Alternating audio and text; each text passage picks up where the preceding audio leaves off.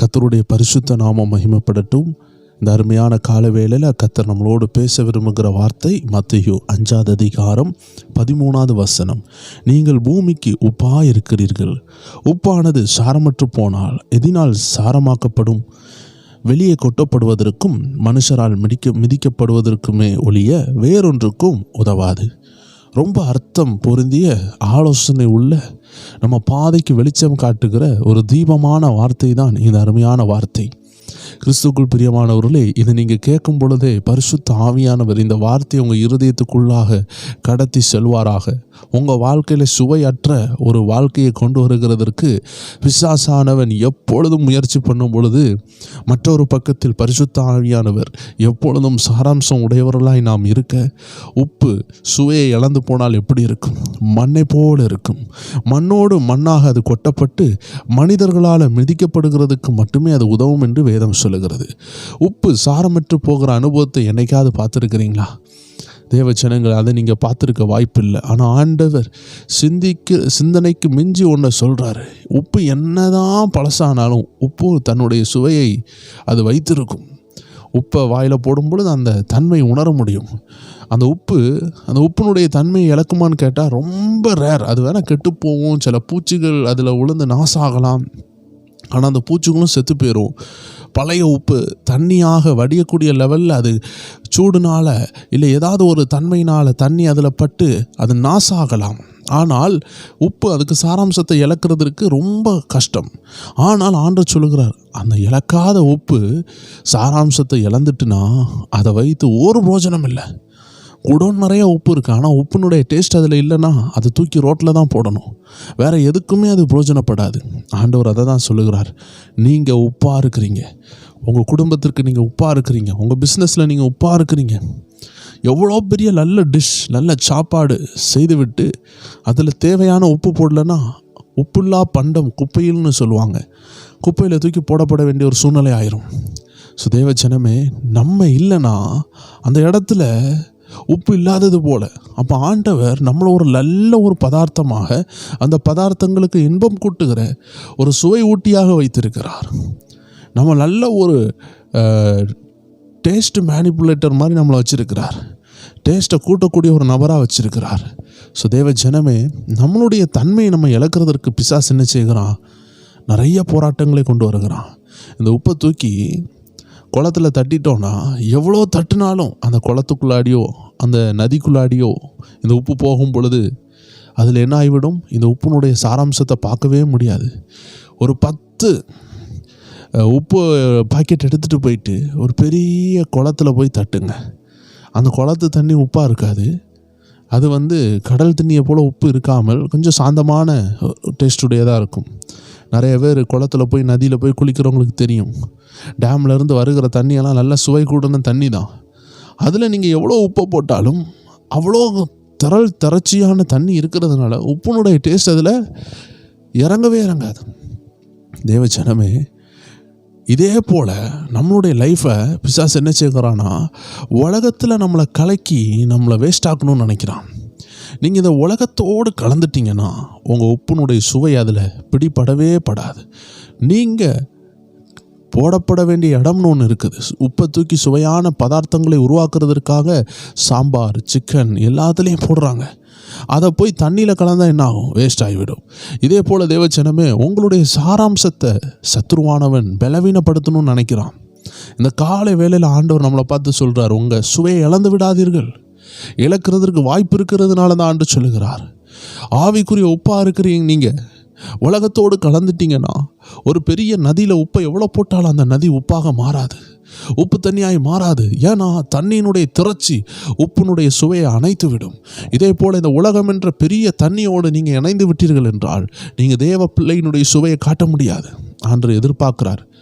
ஆண்டு சிலர் உங்களுக்காக வைத்திருக்கிறார். அவர்களோடு நீங்கள் இணையும் பொழுது உங்கள் உப்பினுடைய சாராம்சம் அந்த நபரனுடைய வாழ்க்கையில் சுவையை ஏற்றும், உங்களுடைய விலை கூடும். ஒரு அருமையான தேவ மனிதர் மரித்து போய்விட்டார். ஆனால் வல்லமையாக பயன்பட்ட தேவ மனிதர் மைல்ஸ் முன்ரேன்னு சொல்லக்கூடிய அந்த தேவ மனிதன் அடிக்கடி சொல்வார், ஏன் உங்களுக்குள்ளாடி உயர்வு இல்லைன்னா, உங்களுக்குள்ளாடி அந்த தேவன் கொடுத்த உப்பை நீங்கள் இன்னும் வளர பண்ணலை, தேவன் ஒவ்வொரு பேருக்குள்ளாடி ஒவ்வொரு தன்மையை வளர வைக்கிறாரு. நிறைய பேர் கம்ப்ளைண்ட் பண்ணிருக்காங்க, என்கிட்ட பணம் இல்லை, என்கிட்ட அது இல்லை, என்கிட்ட வீடு இல்லை. அந்த தேவ மனிதன் அடிக்கடி சொல்வார், ஃபுட்பால் பிளேயர்ஸை பாருங்கள், அவர்களுக்கும் 2 கால் தான் இருக்குது, உங்களுக்கும் 2 கால் தான் இருக்குது. நல்ல ஆர்டிஸ்ட்டை பாருங்கள், அவர்களுக்கும் 5 விரல் தான் ஒரு கையில் இருக்குது, உங்களுக்கும் 5 விரல் தான் இருக்கிறது. அந்த ஃபுட்பால் பிளேயர் நன்றாக உழைத்தான், நன்றாக ஓடினான், 2 கால்களை வைத்து உபயோகப்படுத்தினான். அவன் 50 வயசு வரும்பொழுது அவன் வாலிபன் மாதிரி இருக்கிறான். நம்ம வீட்டில் உள்ள நபர்கள் 50 வயசு வரும்போது கிழவன் மாதிரி மாறுகிறாங்க. அதே வரைபட நிபுணர்களை பாருங்கள், அதே விரல் தான், அதே கைதான். ஆனால் அவன் தன்னுடைய நேரத்தை ஒரு தாளந்துக்காக உபயோகப்படுத்தி கொண்டே இருந்து இன்றைக்கி அவன் ஒரு பெரிய நபராக இன்டர்நேஷ்னல் லெவலில் அவன் மாறிக்கொண்டு இருக்கிறான். ஆனால் நம்ம வீட்லேயும் எல்லாம் இருக்குது, கலர் கட்சி இருக்குது, எல்லாம் இருக்குது. ஆனால் நம்ம உபயோகப்படுத்தவில்லை. தேவ ஜனங்களே, நமக்குள்ள தாளந்துகளை கர்த்தர் வச்சிருப்பார். நல்ல கீபோர்டு வாசிக்கிற தாளந்து இருக்கலாம், கிட்டார் வாசிக்கிற தாளந்து இருக்கலாம், இல்லை நல்ல படிக்கிற தாளந்து இருக்கலாம், ஒரு வர்ஷிப் நடத்துகிற தாளந்து இருக்கலாம், ஊழியம் செய்கிற கிருபைகள் இருக்கலாம், நல்ல வண்டி ஓட்டுற கிருபைகள் இருக்கலாம், நல்ல ஃப்ரீக்வெண்ட்டாக இங்கிலீஷ் பேசுகிற டிரான்ஸ்லேட்டிங் கிருபை இருக்கலாம்.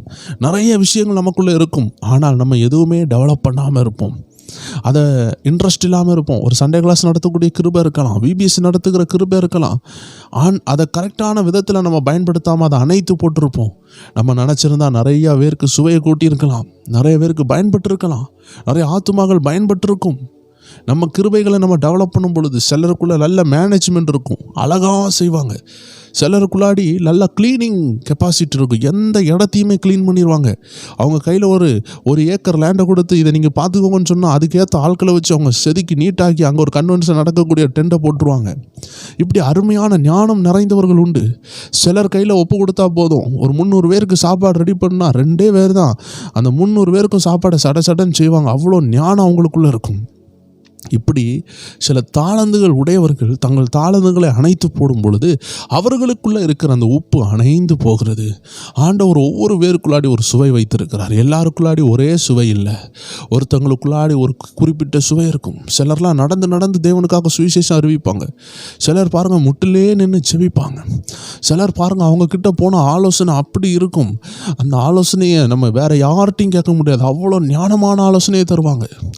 இந்த ஓடி சுவிசேஷம் அறிவித்தவங்களுக்கு ஒருவேளை சுவிசேஷம் மட்டும்தான் அறிவிக்க தெரியும். ஆனால் இந்த ஞானமாக தேவனுடைய ஆலோசனையை சொன்னவங்களுக்கு ஒருவேளை சுவிசேஷம் பயங்கரமாக அறிவிக்க தெரியாமல் இருக்கலாம், காட்டுக்குள்ளேயோ மலைக்குள்ளெல்லாம் போக தெரியாமல் இருக்கலாம். ஆனால் ஒரு குடும்பம் டைவர்ஸ் ஆகுதுன்னா அந்த குடும்பம் டைவர்ஸ் ஆகாத லெவலில் நல்ல சத்தியங்களை சொல்லி அவர்களுக்குள்ளாடி நல்ல தேவ வெளிச்சத்தை கொண்டு வர்றதற்கு ஜபத்திலையும் கனியிலையும் அந்த தாயோ அந்த தகப்பனோ அந்த ஞானமுடையவர்களாக இருப்பாங்க. ஒவ்வொருத்தவங்களும் ஒவ்வொரு விதத்தில் பயங்கரமானவங்க நான் சொல்ல வருகிறேன். இதை கேட்டுக்கொண்டிருக்கிறவர்களே, உங்களுக்கு ஆண்டவர் சுவிசேஷம் அறிவிக்கிற கிருபை தந்திருக்கிறாருன்னா உங்களை போல அது மாதிரி யாரும் செய்ய முடியாது. உங்களுக்கு நல்ல ஆலோசனை தருகிற கிருபை இருக்குதுன்னா அதை நீங்கள் வளர்த்துக்கொள்ள ஆண்டவர் சொல்லுகிறார். உங்களுக்குள்ளாடி ஜெபிக்கிற கிருபை இருக்குதுன்னா ஒருவேளை உங்களுக்கு நிறையா வேறு ஆட்கள் செய்கிறது போல் வேறு எதுவும் செய்ய தெரியாட்டும் ஜெபிப்பீங்க, பல மணிக்கூர் ஜெபிப்பீங்க. உங்களுடைய ஜெபம் சில ஸ்ட்ராங் ஃபோர்ஸஸ், ஸ்ட்ராங் ஹோல்ஸ், அந்தகார ஆவிகளில் இருக்கிற சில மந்திரவாதிகளை தொடும். நீங்கள் யோசித்து பாருங்கள், சுவிசேஷம் அறிவிக்க வேண்டியது கட்டாயம். ஆனால் புத்தி சுயாதீனம் இல்லாதவர்கள், மயக்கத்தன்மையில் இருக்கிறவங்க, கோமா ஸ்டேஜில் இருக்கிறவங்க, மந்திரத்தினால் கட்டப்பட்டு பிசாசினால் இருக்கிறவங்கள்ட்ட நீங்கள் போய் சுவிசேஷம் அறிவிக்கும் பொழுது அவங்களுக்கு ஒன்றுமே புரியாது. மெண்டலாக இருக்கிறவன்ட்டு சுவிசேஷம் அறிவித்தா புரியுமா? நம்ம என்ன செய்ய வேண்டும்? இயேசுவின் நாமத்தில் அவன் மெண்டலை சுகம்தான் ஆக்கணும். வியாதி படுக்கையில் கோமா ஸ்டேஜில் இருக்கிறான், நீங்கள் என்ன சுவிசேஷம் அறிவித்தாலும் அவன் காதுக்குள்ளே போய் அவன் சிந்தனையில் போவாது. ஒருத்தன் செவிடனாக இருக்கிறான், அவனுக்குள்ளே சுவிசேஷம் அறிவித்தா, குருடனும் செவிடுமா இருக்கிறவனுக்கு சுவிசேஷம் அறிவித்தா உள்ளே போவாது. இப்போ நம்ம ஜெபித்து அவனை விடுதலை தான் ஆக்கணும். ஆம்தேவ ஜனமே, அதனால ஜெப வீரர்களை நாம் அசால்ட்டாக எண்ண முடியாது. அவர்களுக்கு ஒருவேளை பல கிராமங்களுக்கு மலைகளுக்கு ஏறி சுவிசேஷம் அறிவிக்க தெரியாமல் இருக்கலாம். கிட்டத்தில் வரவங்கள்ட்ட தனிப்பட்ட சுவிசேஷம் அறிவித்து கொண்டிருப்பாங்க. அநேகர் இதை கேட்டுக்கொண்டிருக்கிற நீங்கள் மலைகளுக்கும் கிராமங்களுக்கும் வேறு தேசங்களுக்கும் சுவிசேஷம் அறிவிக்க போகாமல் இருக்கலாம். ஆனால் உங்களுக்கு ஜெபிக்கிற கிருபை இருக்கும். கிட்டத்தில் வருகிற நபர்களுக்கு சுவிசேஷம் அறிவிப்பீங்க. ஒரு பயணத்தில் இருக்கும் பொழுது சுவிசேஷம் அறிவிப்பீங்க. இப்படி பெர்சனல் இவாஞ்சலைசேஷன் செஞ்சு கொண்டு இருக்கலாம். ஒரு பெரிய ஊழியம் செய்ய முடியாமல் இருக்கலாம். ஆனால் நீங்கள் உங்களை அற்பமாக எண்ணாமல் உங்கள் ஜெபத்தை விட்டு விடாதீர்கள். ஏன்னா உங்கள் உங்கள் ஜெபம் அந்த எல்லையில் உள்ள அந்தகாரங்களை அழித்து சுவிசேஷர்களை உள்ளே கூப்பிட்டு கொண்டு வரும். இதற்கு அடையாளமாக கொர்நேலியு உபவாசித்து ஜெபித்து கொண்டே இருந்தார். பேதுரு என்ற தேவ மனிதனை ஆண்டவர் கட்டுகளை தாண்டி கொண்டு வந்தார். ஸோ கொர்நேலியுடைய ஜெபம் பேதுருக்கு ஒரு தரிசனமாக மாறி பேதுரு இருந்த அறையில் தரிசனமாக வந்தது. ஒரு எழுப்புதல் கொர்நேலியுடைய வீட்டுக்கு வந்ததுக்கு காரணம் உபவாசம், ஜெபம், தான தர்மம். தூதன் ஒன்று சொல்லுகிறார், உன் ஜெபமும் தான தர்மமும் எட்டினது. ஸோ தேவ ஜனங்களே, பரலோகத்தை அசைக்கக்கூடிய சில நன்மைகள், சில சாராம்சம் உடையது உங்கள் கையில் இருக்குது. பணம் இல்லையேன்னு உட்காந்துருக்கிற நீங்கள் ஜெபிங்க.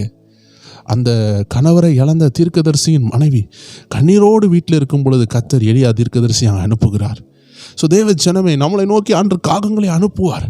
உங்களுக்குள்ளே இருக்கிற அந்த உப்பு சாரமற்று போய்விடாதபடி அந்த உங்களுக்குள்ளே இருக்கிற உப்பை பயன்படுத்துங்க, இருக்கிற நன்மையை பயன்படுத்துங்க. சோர்ந்து போகாமல் நன்மை செய்யுங்க. கொஞ்சம் கொஞ்சமாக முயற்சி பண்ணுங்க. யார் என்ன சொன்னாலும் நீங்கள் அதை கண்டுக்கிடாதீங்க. கர்த்தர் உங்களுக்காக யுத்தம் பண்ணுவார். ஒரு சின்ன கதையை சொல்லுகிறேன். ஒரு குறிப்பிட்ட பாத்திரத்துக்குள்ளாடி, அது ஒரு குண்டு மாதிரி இருக்குது, ஒரு பெரிய பாத்திரம்னு வச்சுக்கோங்களேன். அதில் நிறைய இந்த தவளை குஞ்சுகள் இருக்கிறது, குட்டி குட்டி தவளை. அது அப்படியே இந்த பாத்திரத்தை பிடித்து மேலே ஏறுகிறது. எல்லா தவளைகளையும் மேலே ஏற பார்த்தா கீழே விழுந்து கொண்டே இருக்கிறது. 2-3 தவளை குஞ்சுகள், அதாவது மீன் மாதிரியே இருக்கும் இந்த தவளை குஞ்சுகள். அது அப்படியே மேலே ஏற ஏற வலிவு கீழே வந்து கொண்டே இருக்குது. உள்ள ஒரு 40-50 தவளை குஞ்சுகள் இருக்குது. எந்த தவளை குஞ்சுகள் மேலே ஏறினாலும் கீழே இருக்கிற அந்த குட்டிகள் என்ன செய்யும்னா அதை பார்த்து பரியாசம் பண்ணும், கை தட்டும். அது புகழ்ச்சியை பார்த்து சில நேரம் கீழே விழுந்துடும். உன்னால் ஏற முடியாதுன்னு பயங்காட்டுற பொழுது அதுவும் கீழே விழுந்துடும். எல்லா தவளைகளும் கீழே உழுது கொண்டிருக்கும் பொழுது ஒரு தவளை மட்டும் மேலே ஏறி ஏறி ஏறி ஏறி ஏறி ஏறி மேலே போயிடும். மேலே போனோடனே எல்லாரும் பாதி பேர் அது ஏற தொடங்கும் பொழுது உன்னால் முடியாதுன்னு சொல்லிட்டு இருந்தாங்க. பாதி பேர் பாதி தூரம் வந்தோன்னே ஒரு வேளை இவன் முடிச்சிருவான் அப்படின்னு சொல்லி கை தட்டினாங்க. கொஞ்சம் முக்காவாசி வரும்பொழுது இல்லை மேலே போகிறதுக்குள்ளே கீழே விழுந்துருவான்னு சொல்லி பரியாசம் பண்ணி கொண்டு இருந்தாங்க. கை தட்டுனாங்க, சிரித்தாங்க. ஆனால் இது மேலே ஏறி போய்கொண்டே இருந்துச்சு. மேலே ஏறிட்டு ஏறின உடனே அது பரிசு வாங்குது. தாயார் தகப்பனார் நிற்கிறாங்க. எல்லாரும் நீங்கள் ஏறினீங்க, முடியலை, ஆனால் இவனால் முடிந்தது அப்படின்னு சொல்லும் பொழுது அவன்கிட்ட கேட்குறாங்க, நீ எப்படி இந்த மேலே ஏறி வந்த? உடனே அந்த குட்டி பேன்னு சொல்லுது. உனக்கு காது கேட்காதா? ஆமாம், எனக்கு காது கேட்காது. அது இப்படி காட்டுது, எனக்கு காது கேட்காது. ஸோ அதில் இருந்து புரிஞ்சுக்கிட்டாங்க, காது கேட்காததுனால நிறையா பேர் தூசித்ததும் அது கேட்கலை, நிறைய பேர் புகழ்ந்ததும் கேட்கலை. தேவ ஜனங்களே, நம்மளை யாராவது புகழ ஆரம்பிச்சிட்டாங்கன்னா நம்ம மனசு புகழ்ச்சியை தேட ஆரம்பிக்கும். அந்த நேரம் யாராவது நம்ம இகழ்ந்துட்டாங்கன்னா நம்ம ரொம்ப உடஞ்சி போயிடுவோம். அடுத்தது நம்மளை யாராவது இகழ்ந்துக்கிட்டே இருக்கும் பொழுது திடீர்னு யாராவது புகழ்ந்தால் நமக்கு ரொம்ப சந்தோஷம் வரும். ஆனால் ஒரே நேரத்தில் திடீர்னு அதே நபர் என்ன செஞ்சுருவாங்க, திடீர்னு இகழ்ந்துட்டாங்கன்னா நம்ம உடஞ்சி போயிடுவோம். ஆனால் அந்த செவுட்டுத்தன்மை உடைய அந்த அணில், அந்த ஃப்ராக், அதனுடைய அந்த தவளையினுடைய குட்டியை பாருங்கள், நல்லதையும் கேட்கல, கெட்டதையும் கேட்கல, மீன்ஸ் புகழ்ந்ததையும் கேட்கல, இகழ்ந்ததையும் கேட்கல, அது மேலே ஏறிட்டு. இதிலேருந்து என்ன புரியுதுன்னா, தேவ ஜனங்களை நம்ம யார் சொல்கிறதையும் கேட்கக்கூடாது. அதாவது நல்லது சொன்னால் கேட்டுக்கலாம், ஆனால் நம்மளை புகழ்கிறவங்க இருப்பாங்க, நம்மளை இகழ்கிறவங்க இருப்பாங்க, இதை செய்ய முடியாதுன்னு சொல்லுவாங்க, சிலர் செஞ்சிருவேன்னு சொல்லுவாங்க. நம்ம அதெல்லாம் கேட்க வேண்டாம். கர்த்தர் நம்மளை கொண்டு ஒன்று செய்வேன்னு சொல்லிட்டாருன்னா யார் சொல்கிறது நம்ம கேட்க வேண்டாம். கர்த்தர் நம்ம கூட இருக்கிறாரு. நம்மளை இகழ்கிறவர்கள் இகழட்டும், தூசிக்கிறவர்கள் தூசிக்கட்டும், பரியாசம் பண்ணுகிறவர்கள் பரியாசம் பண்ணட்டும், கனப்படுத்துகிறவங்க கனப்படுத்தட்டும். எந்த மனுஷன் கனத்தையும் எந்த மனுஷனுடைய இகழ்ச்சியும் பார்த்து நம்ம வாழப்போகிறது அல்ல. நம்ம வாழப்போகிறது தேவனுடைய முகத்தை நோக்கி, தேவன் சொல்கிற வார்த்தையை வைத்து தான் நம்ம முன்னேற போகிறோம். அதனால் நம்ம காதுகள் இந்த உலகத்தினுடைய தூஷணத்திற்கும் உலகத்தினுடைய புகழ்ச்சிக்கும் மூடப்பட்டிருப்பதாக கர்த்தர் நம்மளை வழி நடத்துவாராக. நம்ம உப்பினுடைய சாராம்சம் நம்மளை விட்டு போகாமல் கர்த்தர் நம்மளை பலப்படுத்துவாராக. கண்களை மூடலாம், செபிக்கலாம். அன்பான ஆண்டவரே, இந்த காலை வேளையில் இந்த உப்பினுடைய சாராம்சத்தை பற்றி பேசுனீங்க. எங்களுக்குள்ளே இருக்கிற அந்த நற்கிரியைகள் அப்பா, இங்கே இருக்கிற எத்தனையோ பேர்கள், நூறுக்கணக்கான மக்கள், இதை கேட்டுக்கொண்டு இருக்கிற ஒவ்வொரு பேரும் எத்தனையோ சாராம்சம் உடையவர்கள் அப்பா, எத்தனையோ தாளந்துகளை உடையவர்கள், எத்தனையோ ஞானத்தை உடையவர்கள். அவர்கள் அப்படி அணைந்து போகாதபடி, அவர்களுடைய அக்கினி அணைந்து போகாதபடி மறுபடியும் எழும்பி அவர்கள் உமக்காக சாதிக்க என் தேவாதி தேவன் கதவுகளை திறந்தருளுவீராக. இதை கேட்கும் பொழுதே பரிசுத்த ஆவியானவர் அவர்கள் மேல் இறங்குவீராக. எந்த தாளந்து இருக்குதோ அது அவர்களிலிருந்து வெளியே வரட்டும். அவர்களுக்கு அது வேல்யூ உண்டாகட்டும். அவர்களை கொண்டு செய்யும் காரியம் பயங்கரமாக இருக்கட்டும். அப்பா, இந்த நாள் ஆசீர்வாதமாக இருக்கட்டும், இன்பமாக இருக்கட்டும். பரிசுத்த ஆவியின் ஆலோசனை அவர்கள் கூட 24 மணிக்கு வரும், எப்பொழுதும் இருப்பதாக. இந்த நாளில் செலிப்ரேஷன் பண்ணுறவங்க கர்த்தருடைய நாம மகிமைக்காக பிறந்த நாள், ஆண்டவரே திருமண நாள், ஆண்டவரே வீடு கட்டிய பிரதிஷ்டை எல்லாமே ஆசீர்வாதமாக இருக்கட்டும். துக்கத்தில் இருக்கிற சகோதர சகோதரிகளுக்கு இன்பம் உண்டாகட்டும், துயரங்கள் மாறட்டும். யோவான் ஸ்நானகனுக்கு ஆண்டவரே நீர் கூடவே இருந்தது போல, ஆண்டவரே ஆமென், பவுலோடு நீர் கூட இருந்தது போல, வேதனைகள் மத்தியில் கூட இருந்தது போல எங்கள் ஜனங்களோடு நீர் கூட இருங்க. ஆசீர்வதிங்க. இயேசு கிறிஸ்துவின் நாமத்தில் ஜெபிக்கிறோம் எங்கள் ஜீவனுள்ள நல்ல பிதாவே. ஆமேன், ஆமேன், ஆமேன். கர்த்தருடைய நாமம் மகிமைப்படட்டும். பரிசுத்த ஆவியினால் நடத்தப்படக்கூடிய ஒரு அருமையான நிகழ்ச்சி இன்னைக்கு ஈவினிங் நமக்கு SPW என்ற சேனல், ஸ்பிரிச்சுவல் WF என்ற சேனலில் வெளிவர இருக்கிறது. தேவ ஜனங்களே, ஆவியினால் நடத்தப்படணும். நம்ம மாம்சத்தினாலேயோ சொந்த எண்ணங்கள்னாலேயோ மனுஷனுடைய ஆலோசனாலேயோ நம்ம வாழ்க்கை முன்னேறிடாதபடி கர்த்தருடைய ஆவியானவரால் நடத்தப்பட, நம்மளுக்குள்ளே இருக்கிற ஆவியினுடைய வெளிச்சத்தினால வசனத்தினால நடத்தப்பட ஒரு அருமையான சத்தியம் நமக்கு இன்னைக்கு காத்திருக்கிறது. 9 மணி அளவில் உங்களை சந்திக்கலாம். கர்த்தர் உங்களை ஆசீர்வதிப்பாராக. God bless you.